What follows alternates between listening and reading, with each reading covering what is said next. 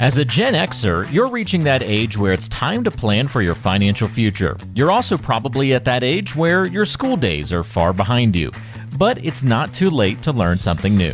Class is in session. This is the Gen X Wealth Academy podcast with Phil Telpner of Breakout Private Wealth. Welcome to the Breakout Wealth podcast, the Gen X Wealth Academy. Phil Telpner is here. Phil Telpner, of course, Breakout Private Wealth, serving you in the greater Chicago area.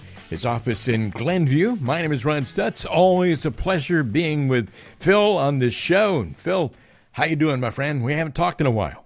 I'm great, Ron. How are you? Just fantastic. It's been really busy, and I guess that's better than the alternative for sure. But we're going to talk about getting folks to and through retirement, as always, on today's show. And let me remind you, the number to call if you'd like to get in touch with Phil and have a conversation about your individual situation, it's 224-616-2016. That's 224-616-2016. And Phil, let's talk about how we get involved in a crash course here, the psychology of investing in the wake of historic market crashes. We talk about market crashes a lot on this show and kind of, reflect on those of the past. And our listeners may be wondering, have you ever thought about why you handle money the way that you do? It turns out your financial behaviors can be traced back to your formative memories. In this episode, we're going to explore how historic market crashes have left a lasting impact on our relationship with money. We'll also contrast them with the way more recent crises have shaped our financial views and decisions in the short term. And this is going to be kind of an educational podcast here today. And first of all, Bill, I guess the one thing that we should talk about first is the Great Depression, which was before our time, of course, from, let's say, 1929 to 1939, but that certainly made a huge impact on so many people and changed the rest of their lives, and then those generations to follow have been affected by it as well. Yeah, well, Ron, here's the thing.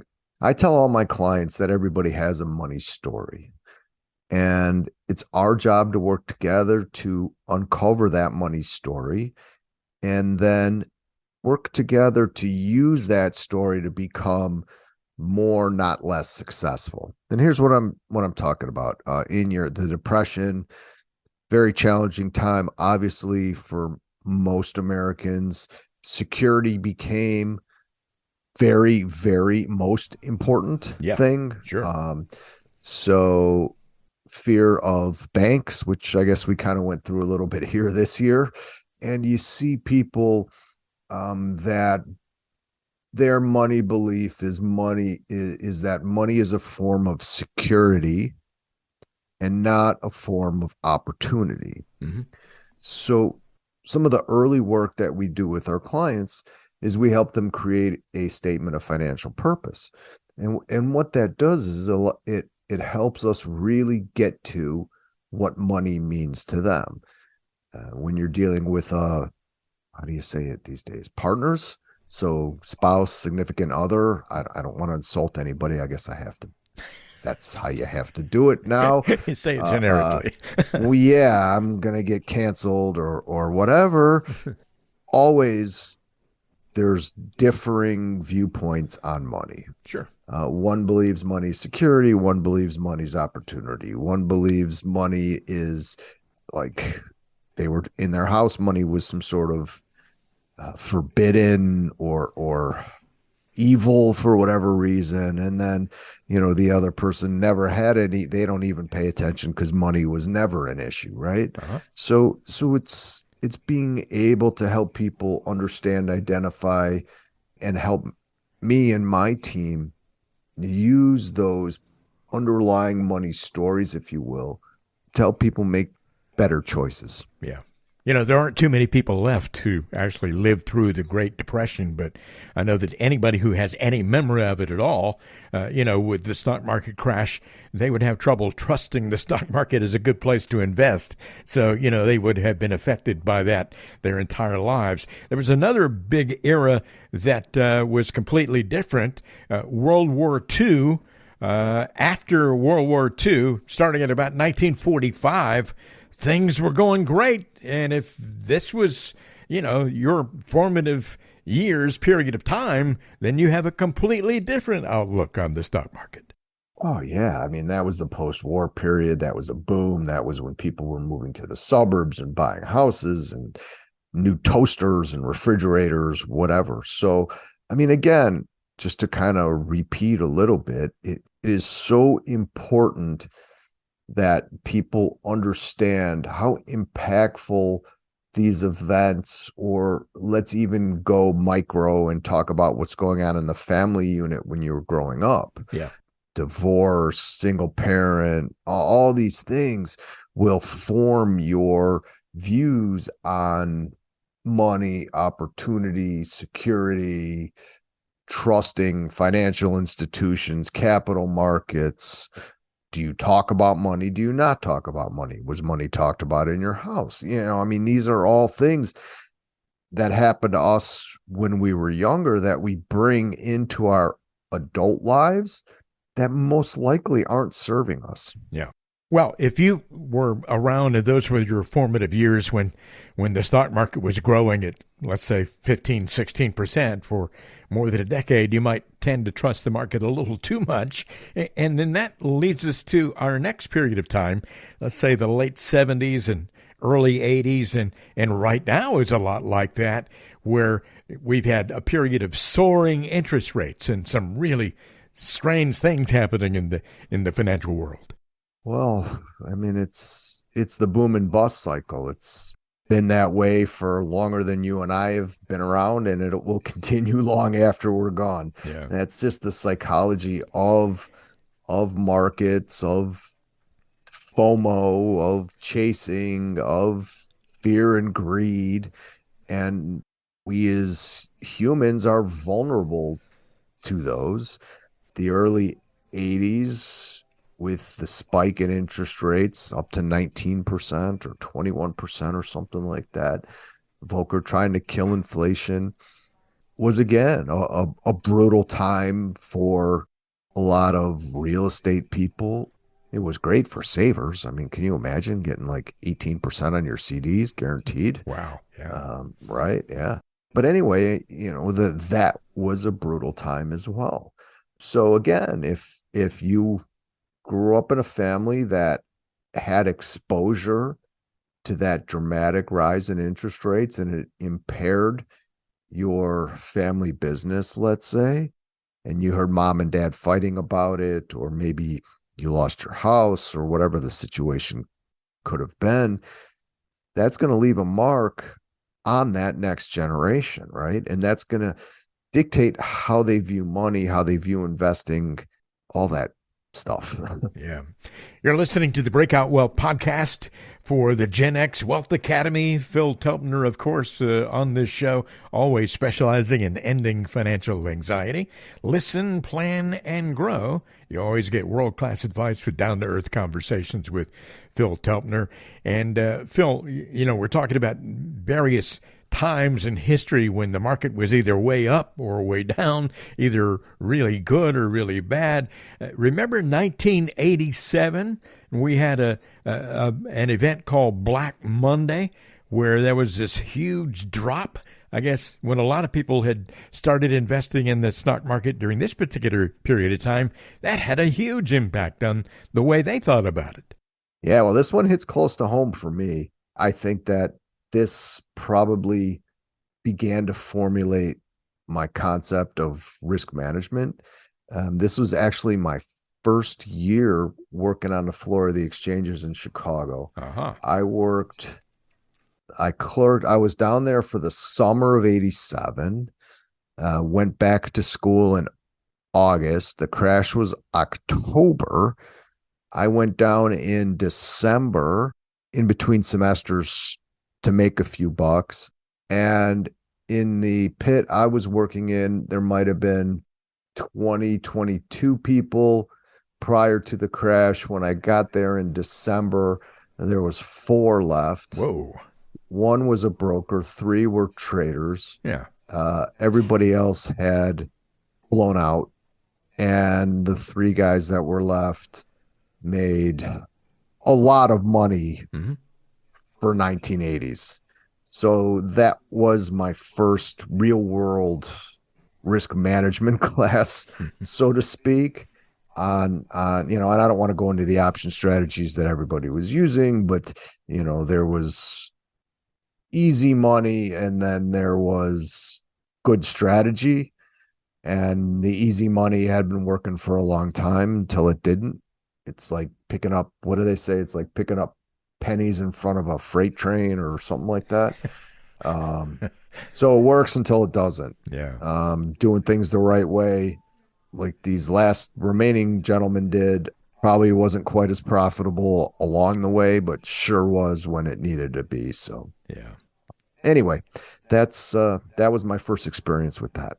Well, also moving ahead a few years to the year 2000, the dot-com crash had everybody scared. There was so much talk about it before it even got there.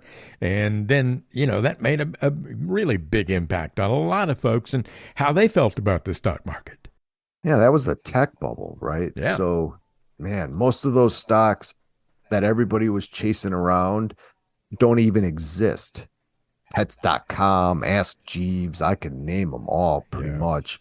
I'll tell you what was interesting about that was, again, and we saw it, we almost saw the exact same repeat of that in 2020, 2021, where all I need is a few tech stocks, whatever, and you guys with your diversified portfolios are fossils, and who needs that garbage and this and until they get cut in half, right? Right.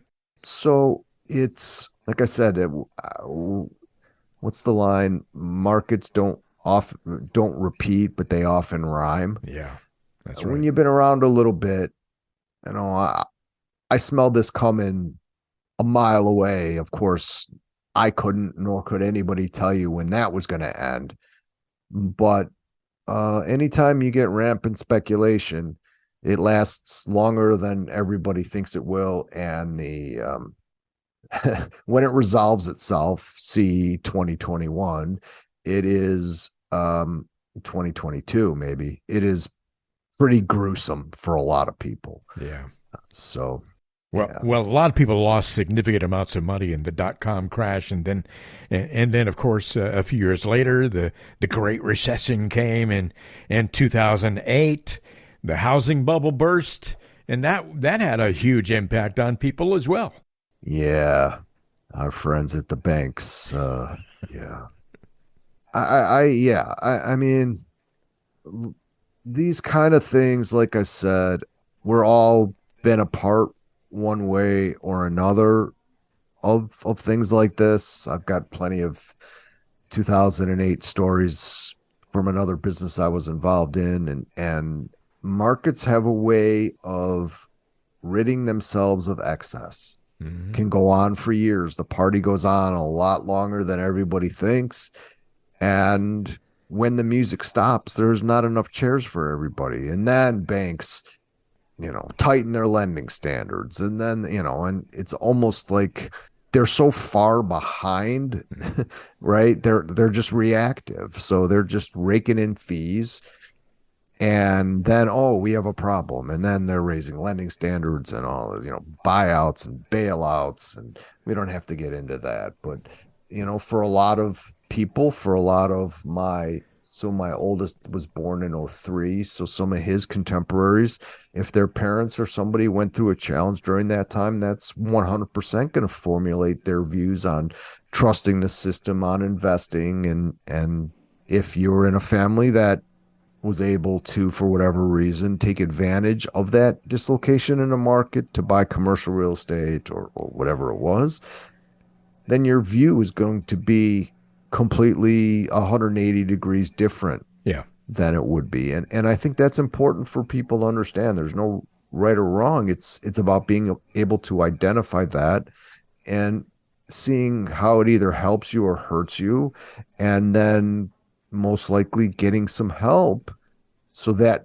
doesn't either get in your way or maybe even worse, enable you to be too confident, right? And that can be just as dangerous as being too risk averse.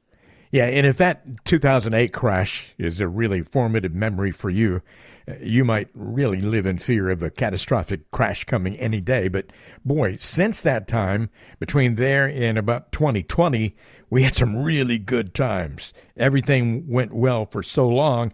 And then along came what you mentioned earlier in 2020, the COVID-19 market crash.